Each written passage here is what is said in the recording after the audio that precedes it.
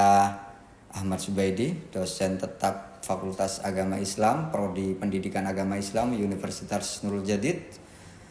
Saya salah satu dosen pengampu mata kuliah pengelolaan kelas. Mata kuliah pengelolaan kelas ini merupakan mata kuliah inti atau mata kuliah penting di dalam Prodi Pendidikan Agama Islam.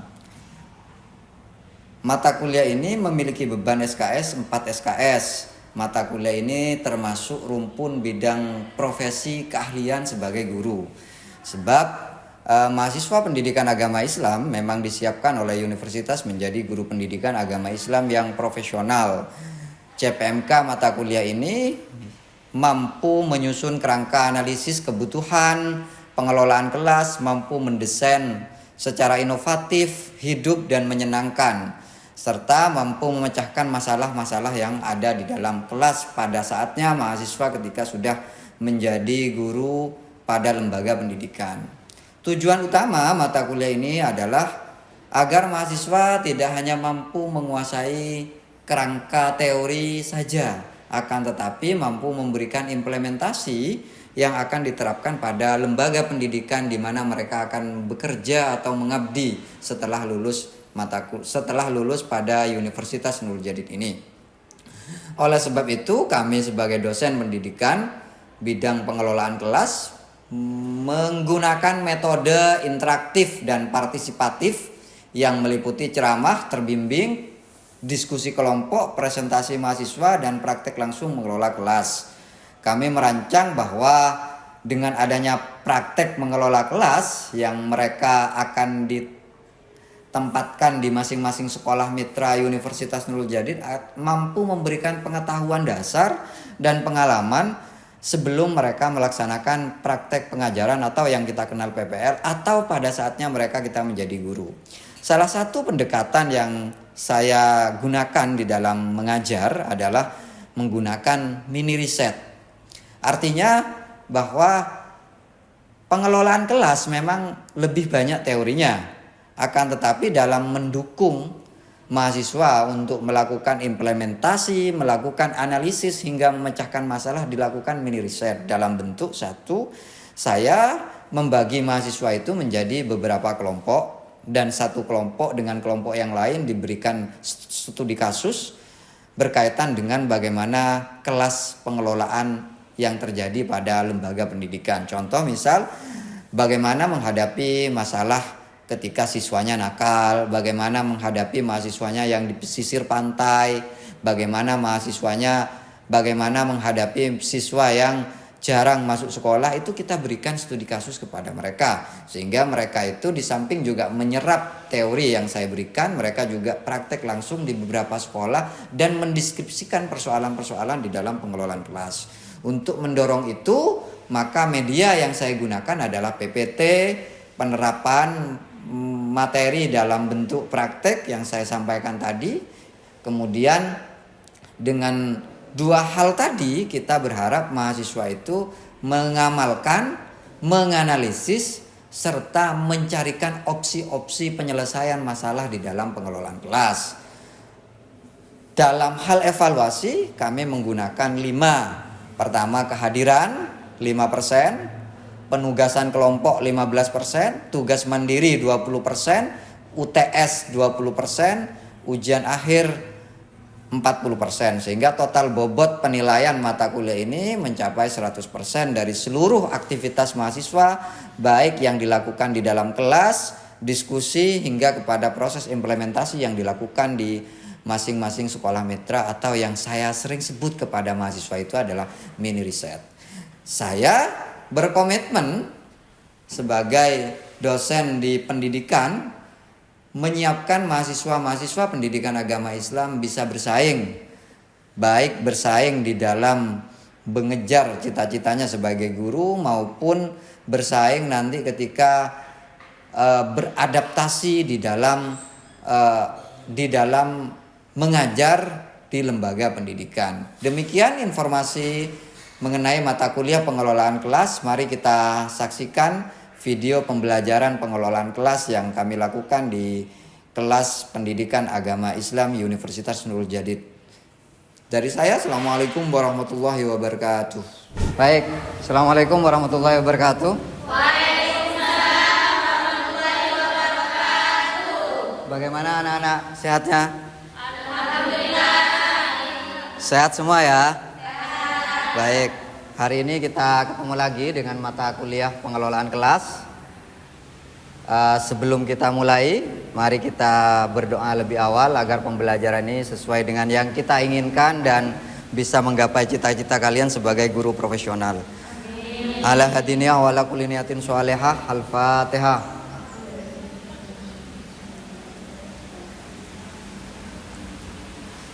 Baik, teman-teman sekalian, para mahasiswi yang kami hormati, minggu lalu kita sudah ketemu sesuai dengan RPS bahwa minggu lalu itu kita sudah berbicara tentang prinsip-prinsip di dalam pengelolaan kelas. Ada berapa prinsip-prinsip pengelolaan kelas? Ada 5. Oke, 1. Hamatan dan manusia. Oke, yang kedua? Bervariasi. Yang ketiga? Bekerja dengan semangat. Oke, yang keempat? Disiplin. Oke, yang kelima? Teamwork. Oke, 5 prinsip itu adalah menjadi prinsip dasar kita sebagai guru. Kenapa harus punya prinsip begitu? Karena guru itu akan bertatap muka, mengelola kelas, memberikan respon kepada siswa hingga kepada orang tua siswa. Sehingga kita harus luas terhadap mereka. Tentu karena mengelola kelas itu adalah bagian yang penting di dalam pengajaran. Kenapa penting? Karena kelas itu adalah rumah kedua kita kalau kita sudah menjadi guru. Jadi pertama kita di rumah, setelah itu hidup kita di sekolah, setelah itu kita hidupnya di kelas. Tentu kita harus mengelola kelas dengan baik dan benar sesuai dengan tipe-tipe anak-anak pada peserta didik kita. Mau jadi guru semua ya teman-teman ya? Oke, baik. Jadi kita lanjut kepada materi setelahnya, yaitu tentang desain pengelolaan kelas. Ini adalah foto saya saat kita mendampingi anak-anak mahasiswa untuk turun di awal mendampingi dan praktek mengelola kelas di beberapa lembaga yang ada di naungan pesantren Nurul Jadid itu. Pertama, dalam melakukan desain pengelolaan kelas itu, yang harus kita perhatikan adalah satu, kita harus melakukan analisis. Apa itu analisis? Kira-kira di dalam satu kelas itu ada berapa siswa yang nakal, ada berapa siswa yang baik, ada berapa siswa yang punya gaya belajarnya cepat nangkap, ada berapa siswa yang gaya belajarnya lambat di dalam melakukan dan menerima pembelajaran. Ini penting untuk kita lakukan sebagai guru. Kenapa?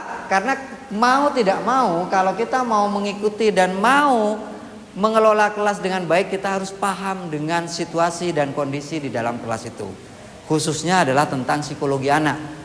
Beruntung kita nanti akan mengajar secara ijazah, kita akan mengajar tingkat SMP. Tentu tanggung jawab dalam mengelola kelasnya lebih ringan daripada di tingkat dasar. Baik, setelah kita melakukan analisis, lalu kita melakukan desain. Di dalam desain itu adalah kita mau merencanakan.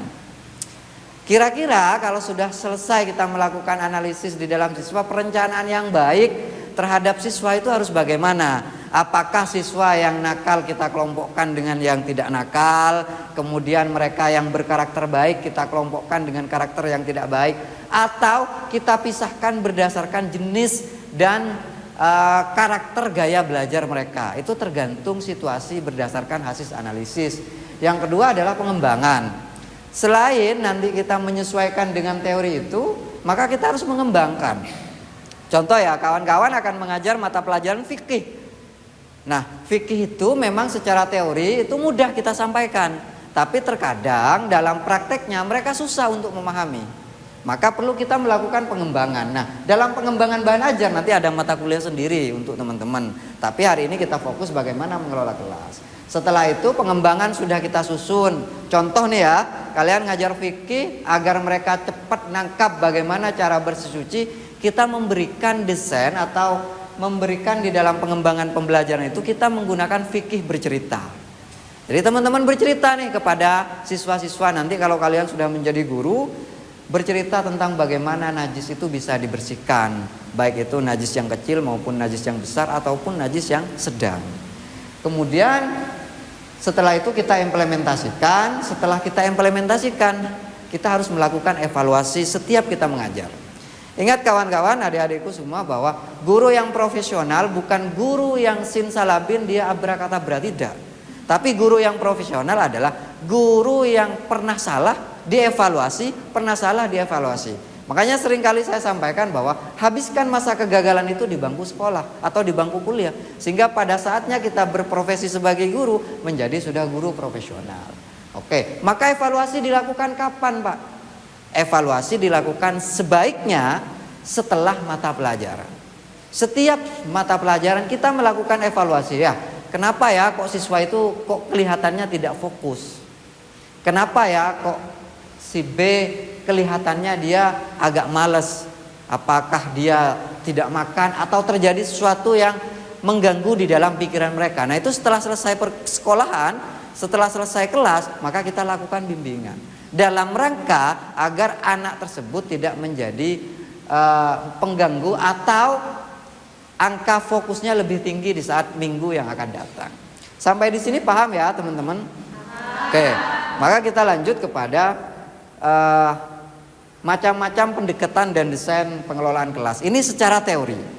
Secara teori itu ada 5 desain kelas secara teori. Yang pertama adalah pengelolaan kelas humanistik, bahwa humanistik ini berfokus pada potensi siswa, menciptakan suasana belajar positif, kemudian memberikan kebebasan kepada siswa.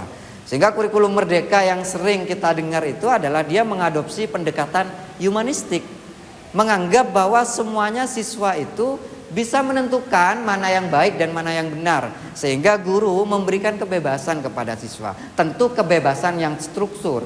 Masih ingat mungkin di dalam benak kita masih ada guru yang ada pada masa kita sekolah, sekalian saya bebaskan, belajar iya, tidak belajar iya, tapi di saat ujian kalian harus bisa menjawab pertanyaan-pertanyaan Pak Guru.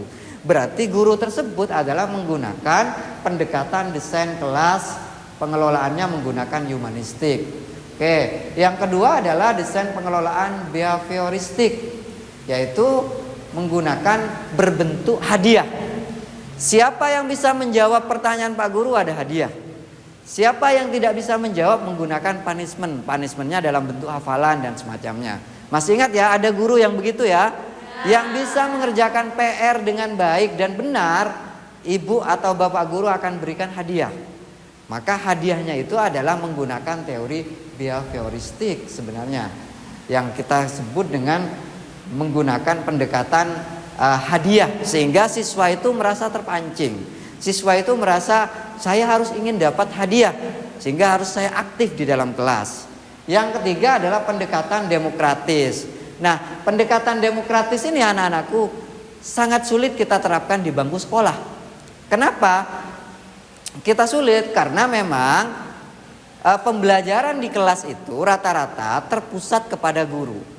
Kalau guru memberikan demokrasi yang cukup banyak kepada siswanya, demokrasi seutuhnya di dalam belajar, maka yang terjadi adalah siswa itu enggan untuk melakukan pembelajaran dengan baik. Maka sistem demokrasi di dalam kelas itu hanya bisa kita lakukan kalau jadi dosen. Nah, itu enaknya dosen dengan guru. Jadi dosen itu bisa kita menerapkan sistem demokrasi.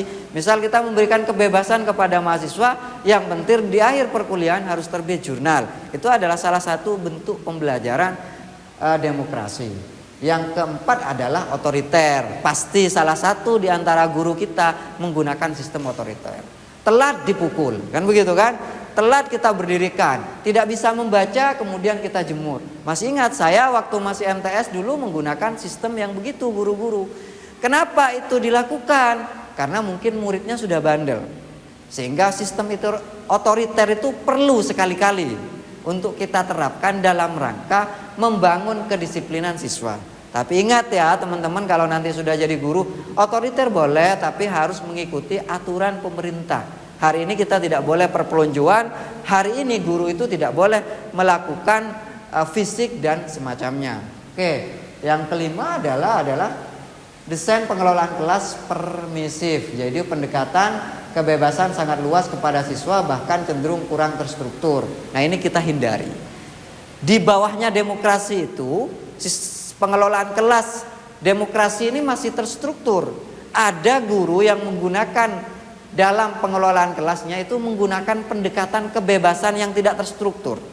Contoh nih, misal ya, guru yang menggunakan pendekatan yang tidak terstruktur itu setengah jam menulis, setengah jam mereka disuruh membaca, kemudian setelah itu gurunya keluar. Ini tidak terstruktur.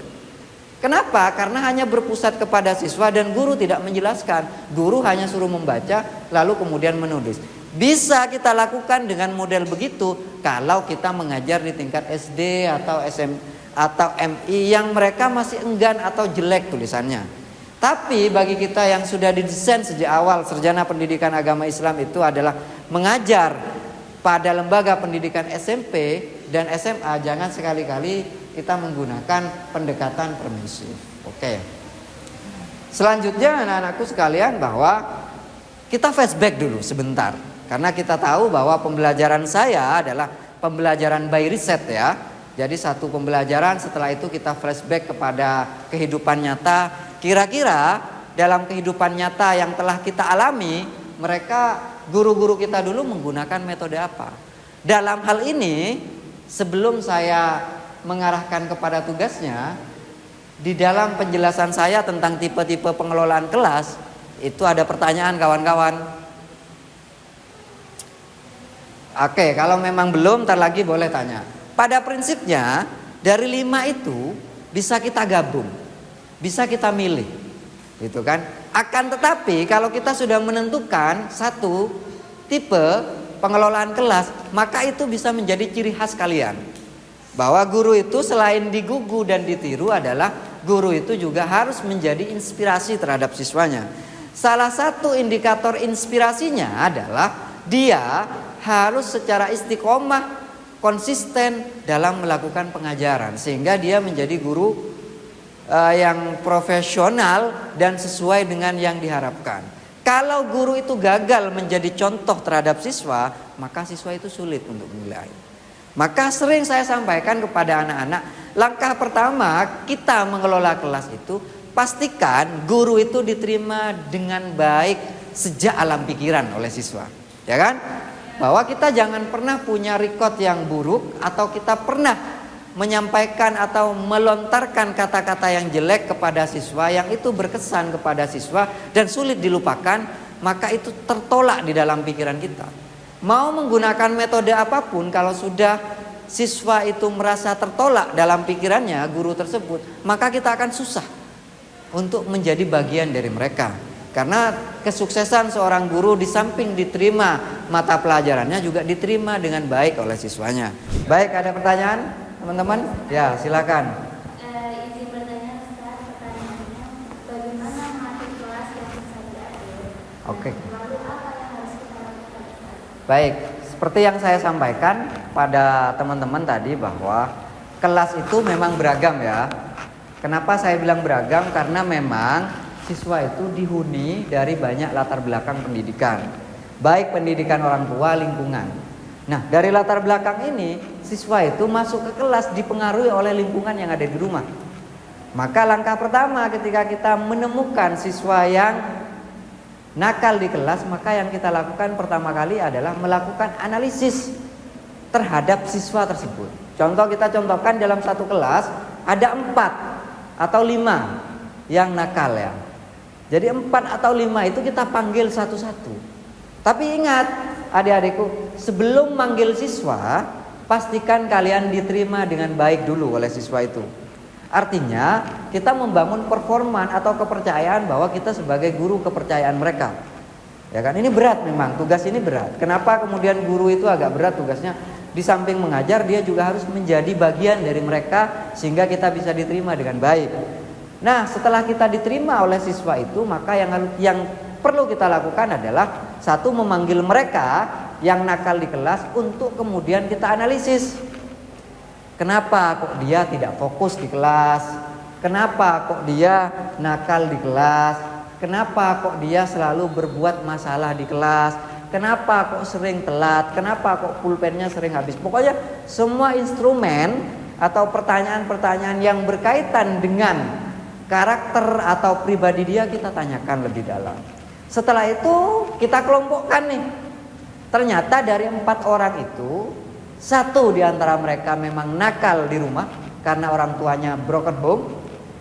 Dua di antara mereka itu adalah ternyata mereka memang nakal secara lingkungan karena lingkungan dia berteman dengan orang-orang yang nakal. Kemudian satu lagi di antara mereka memang semangat untuk sekolahnya rendah. Nah, tentu dari 4 masalah tersebut kita harus lakukan langkah-langkah yang harus kita lakukan agar mereka itu tidak menjadi pengganggu di dalam kelas. Misal yang broken home berarti kita harus berkunjung kepada orang tuanya. Boleh mereka broken home, tapi pastikan dukungan terhadap anaknya untuk belajar itu harus tetap tinggi, sehingga anaknya terus melakukan pengembangan terhadap dirinya. Yang kedua, mereka yang nakal secara lingkungan ini agak berat. Maka solusi yang kita lakukan adalah di samping juga ketemu dengan orang tuanya, ketemu dengan lingkungannya, kemudian berikan pembelajaran khusus. Nah, ini sebenarnya teorinya ada di guru BP, maka kita semua harus melibatkan guru BP. Nah, dari 4 itu, kalau memang setelah kita panggil dan setelah kita tahu bagaimana persoalannya, jika di dalam kelas masih belum tetap, artinya mereka tetap menjadi pengganggu di dalam satu kelas, ya pastikan dalam 1-2 kali pertemuan kita bimbing secara khusus agar dia tidak mengganggu siswa yang lain.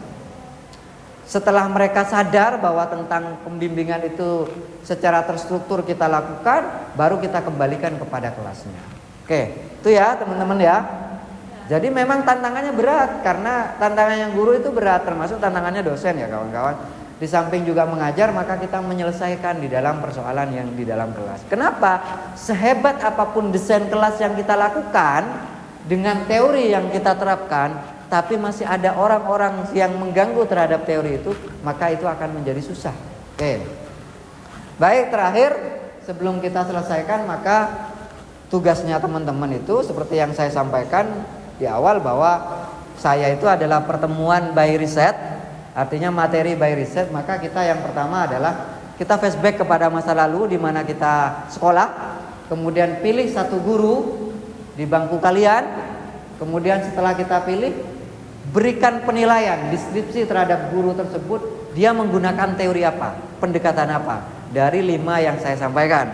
Setelah itu buatkan analisis kekurangan dan kelemahan guru tersebut menurut Anda. Lalu kemudian jumlah kata dalam melakukan analisis minimal 500 kata. Itu tugas pribadi ya teman-teman ya. Jadi kalian punya guru semuanya, dan kalian punya pengalaman yang berbeda terhadap guru-guru tersebut. Tentu harapannya setelah menilai guru tersebut, kita harus berbicara dari pengalaman, kita harus lebih baik daripada guru itu setelah hasil analisis teman-teman. Baik, begitu saja pertemuan ini, kita ketemu di minggu depan dari saya. Terima kasih. Kita tutup pertemuan ini dengan pembacaan doa, semoga barokah dan manfaat. Ala hadina wa ala kulli niyatin sholihah. Al-Fatihah.